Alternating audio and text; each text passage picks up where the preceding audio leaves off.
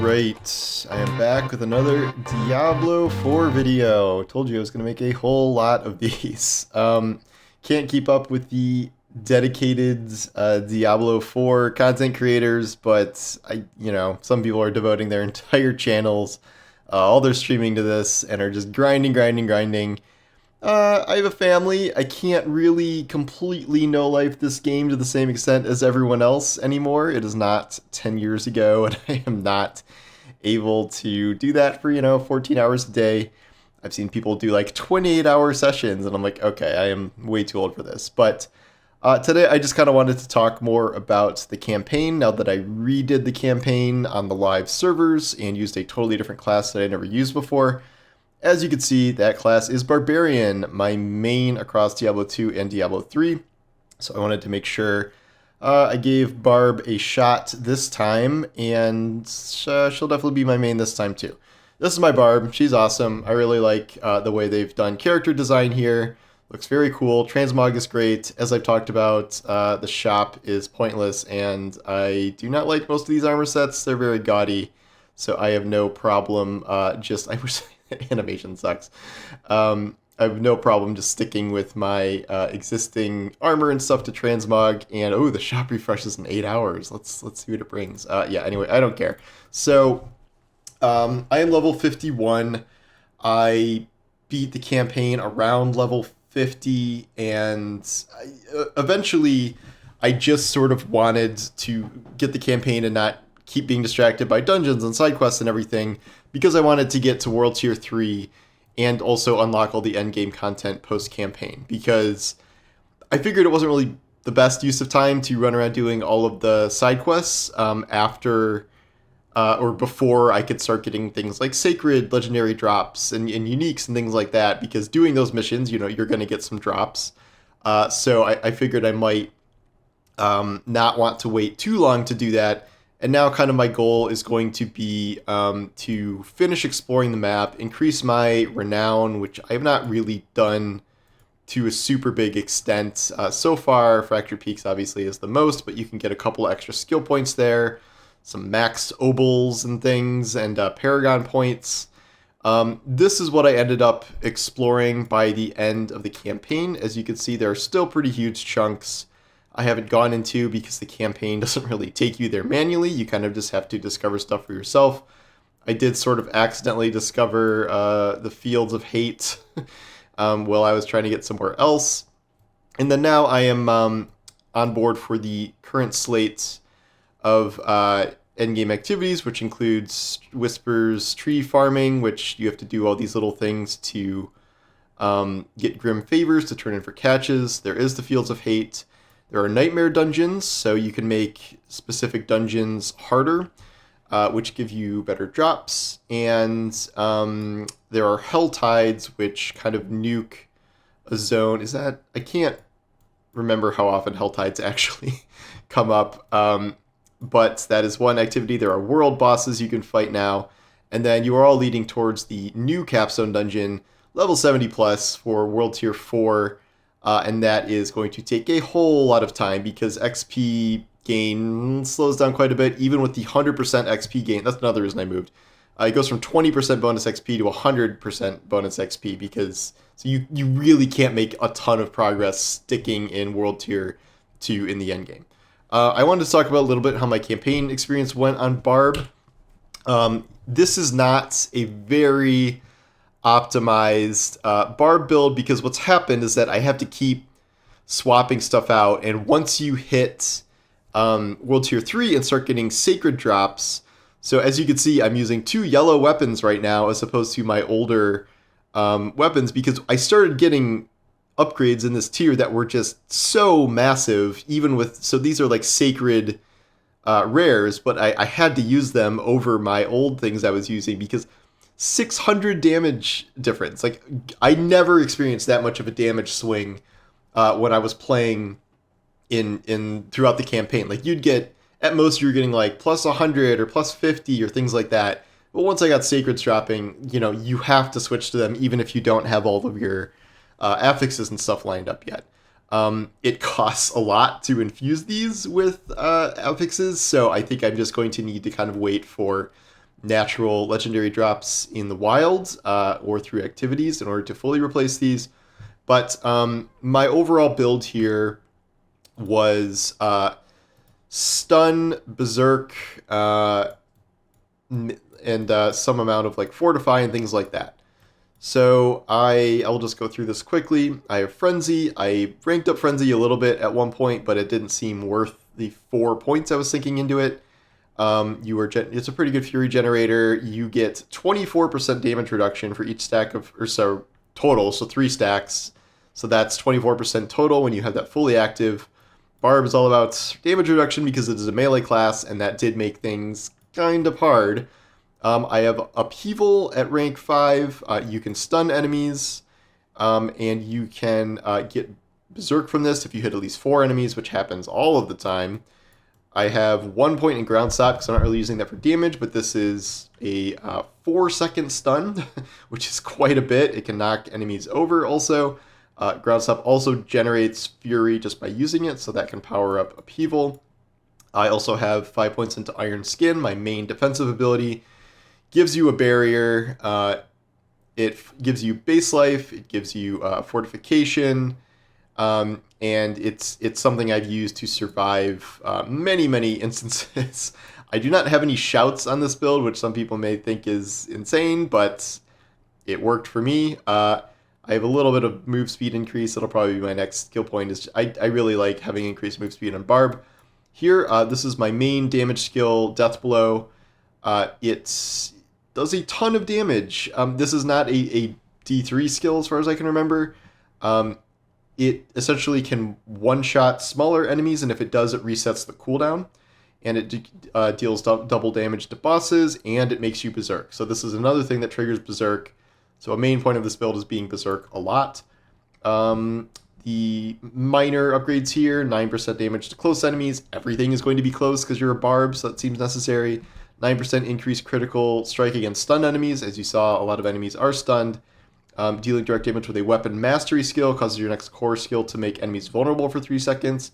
This is a weapon mastery skill, so once I use this and then I use Upheaval, it makes entire groups of enemies vulnerable. And I have some life here. Each time you take damage, gain 1% of life as Fortify. And once your Fortify goes over 50%, you deal increased damage. I'll stop briefly here. I'm not doing a Whirlwind Barb. I know those got nerfed, but even before that, I was never doing a Whirlwind Barb. I did Whirlwind Barbs on D2 and D3, and I'm just sort of tired of Whirlwind Barbs. I do have a lot of affixes and stuff for that I've gotten, but I just have no real desire to do that unless it's going to make me, unless nothing else is viable for Ultra Endgame. But this worked just fine for the campaign. I rarely had trouble with too many bosses here based on all of this, so this was perfectly fine for the campaign, but no promises that I won't heavily change the build as time goes on. It would cost 20% of my money to do that, but that's certainly not out of the realm of possibility if I want to do that. I'm pretty interested in a Bleed Thorns build, which sounds fun, but this is what I've done. This is what I'm sticking with for now. I'll go through my affixes and stuff also. Call of the Ancients, you summon all these dudes, they help you, they do little bonus effects and things. I have this for a specific reason, for a specific affix, so I'll show you in a minute. Your skills using bludgeoning weapons deal 15% damage to stunned enemies or vulnerable enemies. My skills using bludgeoning weapons, I think I need to change this back. You can manually change weapons. So this is not the correct thing right now. I need to change that to a bludgeoning weapon, but that is a good way. It's another 15% increased damage against stun enemies. And then this one, increase Berserk's maximum duration by 5 seconds and its damage bonus by 25%. It already grants 25% increased damage, so that is 50% increased damage, which all of these skills making me Berserk. That's why I ended up doing that. I just started the Paragon board, just got to a rare node, which I need 2 more strength for that. Okay, so I'll do that. In terms of my actual gear, again, these keep getting swapped out, so it's a little hard to fully keep track of everything. Not everything is upgraded because I'm swapping things so often, but okay. So damaging an elite enemy grants you a barrier that absorbs 2,000 damage for 10 seconds. That is a lot of damage considering my entire life is only 1,500, so that's double, essentially, absorption. Your weapon mastery skills have an additional charge. This is very, very good. This means Death Blow has 2 charges, so you can chain those together. If you can one-shot an enemy and get your cooldown back, so you still have 2, or you can double slam on a tougher enemy and still get 1 charge back. Very, very good.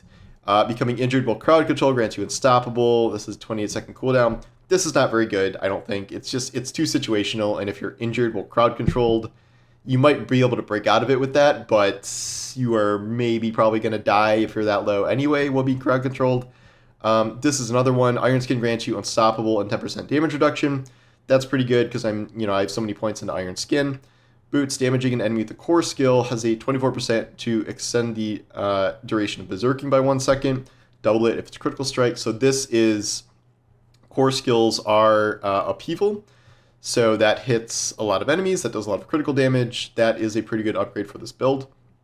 This one, after spending 100 Fury, your next weapon mastery skills deals 82% increased damage. That again is Death Blow. So I'm getting very, very, if you do like 2 upheavals, that's 2 or 3 upheavals, that's 100% or 100 Fury. So that increases the damage of Death Blow. How do I forget how to do this. Okay. You can change the weapon you use. So you can change it to bludgeoning. Okay, so I want this to be the bludgeoning weapon because that will help me with my other perks there. I think it auto picks the highest item power and highest DPS, but I don't know. Maybe that's not better, but we'll see. Critical strikes with core skills increase your attack speed by 20% for 5 seconds. That's not very good. I want to replace that with something else. And then, okay, so this is why I have Call of the Ancients. Well, Call of the Ancients is on your action bar. Damaging enemies with Leap, Upheaval, or Whirlwind has a 62% chance to summon an Ancient to perform the same skill. So what this does is, if I use Upheaval, it will spawn a little dude part of the time, and if I've made enemies vulnerable with Upheaval, he will probably clear out the rest of them with his own version of Upheaval, which is very good. This is the unique ring that you get from Lilith as a guaranteed drop at the end of the campaign. If a core skill hits 5 or more enemies, 30% of the resource cost is refunded. Again, with Upheaval, that is a skill that usually hits a lot of enemies at once, so that is good for getting Fury back. This one, you gain 4 Fury per second while berserking. I am berserking quite a bit, so that is helpful. And then I need affixes on these. There is an affix that makes Ground Stop be an Earthquake, and you gain 8% damage when you're in the Earthquake. Some other ones, so when you deal direct damage while berserking, you get 40% of the base damage as an additional bleeding damage. I used to have that on. That was very good. Each point of Fury generated at maximum Fury grants 5 Fortify. That is very good because of the damage increase I have when your Fortify gets over 50. Fortify is like damage reduction. So I have some Whirlwind stuff in here that I'm not using. Some stuff with Kick and Ground Stomp and Leap that I don't have Leap. So, I'm... This is an okay build for me right now. It's certainly far from perfect, but it got me through the campaign. There was one boss, it was one side quest at like a Barbarian camp that was very, very hard, and I could not beat it at my current level. That was before I even had unlocked my ultimate. So I changed things around, put on Iron Skin, and face tanked it. And eventually beat it, but that was the only boss that was just killing me so often because it would shoot these like homing projectiles that would just chase you around for like 5 minutes, and it was beyond exhausting to run around from those and then get like one hit in and then keep having to run around. So I had to do something for that. All the other bosses, some of them took a while because like I obviously do not have like the most max damage Barb here, but you can tank a lot of damage. A combination of Death Blow and Call of the Ancients and making enemies vulnerable really did help a lot for that. You can really chunk bosses with Death Blow. And now my main goal is to finish up some of the side quests, and we'll run around a little bit. Now I got to talk to people so we can see kind of the build in action. Someone is poisoning people, I guess, in exchange for money, which sounds bad. And we will see how this goes. At least this is not one of those quests where it makes you kill like 50 enemies in a zone. I really hate those ones. All right, refugees from the north. Okay, so this quest is all talking to people. Clearly I I picked the right one here. And back to this guy. Everyone is sick. The Eldari claim to have a cure. Okay. Defies explanation. Told to leave town. Do not allow false hope of faith healers. Alright, so we are supposed to do some searching for a corpse. That looks like a corpse to me. Is that not the corpse I'm looking for? Oh, there's like different pyres. Okay, so maybe it's this one. Okay. Bro, you gotta get out of here. So, yeah. Yes, that's... Oh, Bastard Sword Sacred. Okay, so is this gonna be... Yeah, it's a big damage upgrade, but like, what am I losing? I really need that. I need that skill, I think, so I'm gonna keep that sword on for now. How many pyres are there? Is this the pyre? Oh, there we go. Okay. So, this guy is a journal. Gotta speak with Elder Lau, who is right here. That was easy. He's the brother of the miracle worker. So this is a quest with an actual story that if I was not recording this, I would probably actually be reading. All right, so Light's Refuge. Sometimes these quests will send you to a dungeon. Oh, I'm sitting. I love... Why does that functionality exist? I guess it's a cool detail, but yeah, we'll see. Okay, I have to go around, but this little area makes me suspicious of a Lilith statue. Aha! I was right. Eventually, I'm gonna have to use a map for those, but some of these little outcroppings, you can really tell that they are probably going to be Lilith statues. So I will say, well, this build and these items and stuff were pretty good for the campaign. It is a little bit more of a struggle now that I'm in World Tier 3 here, because I just have so much old gear still from the campaign that I can't quite keep up with enemies that are suddenly now 2 or 3 levels higher than me, as much as I was doing it for the other time. It just, everything is a little bit tankier, everything does more damage to me. It's harder, but you know, that's kind of the point, is finding items to get like big power spikes. If you start getting sacred legendary drops, your power is going to go up real fast. Uniques can start dropping here. Those are very rare chances for that. But all right, so move the box to the pedestal. That is the majority of tasks that you will find in dungeons to some extent. Yeah, so we'll just kind of go through this and see how this goes. I'm still doing, you know, okay to these freaking spine dudes. But we will see how this goes. Dungeons are, you know, pretty long. The capstone dungeon took forever. That was a really long dungeon. I don't know. You're supposed to do like an exact rotation of things to like really maximize your damage, but I sort of just bumble my way through it with this current build. Shrine. Always love shrines. Always love shrines when they are by a pair of bosses as well. That is very helpful. All right, so yeah, with a full lethal abilities to crit on every shot, yeah, this is a little bit easier than it would be otherwise. I am getting very hurt though. That is a problem. So yeah, my survivability has taken a bit of a nosedive, shall we say. That has been very tough.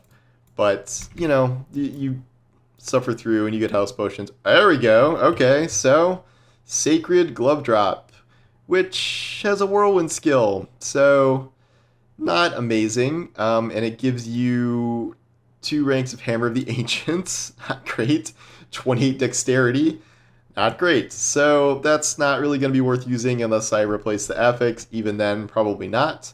So that's a bit of a bummer. That was my first Sacred Legendary drop in this, which is a bit of a bummer. It also occurs to me that my microphone is currently in front of my life bar, which is not a good idea. All right, I'm going to go get the Shrine, Greed Shrine. That's not that helpful.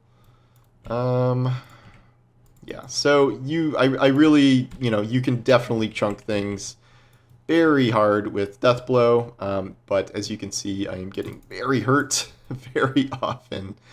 So I need to do something a little bit to help my survivability here. Maybe I'll change to one of the shouts if those are better. Okay, this is when I call down my friendos to help me out here. But as you can see, you know, I'm clipping through these guys at a pretty good pace here. I am probably not going to run this whole dungeon for the video because that's going to be what, like another 15 minutes because I'm not like totally blowing through things at a rapid pace here. But hopefully you can kind of get an impression of my build, my non-whirlwind build that I wanted to use for the campaign instead of you know, more traditional builds. But it's been really fun. I like the huge amount of stuns, the vulnerable application, Call the Ancients, the little ghost guy I can summon with Call the Ancients.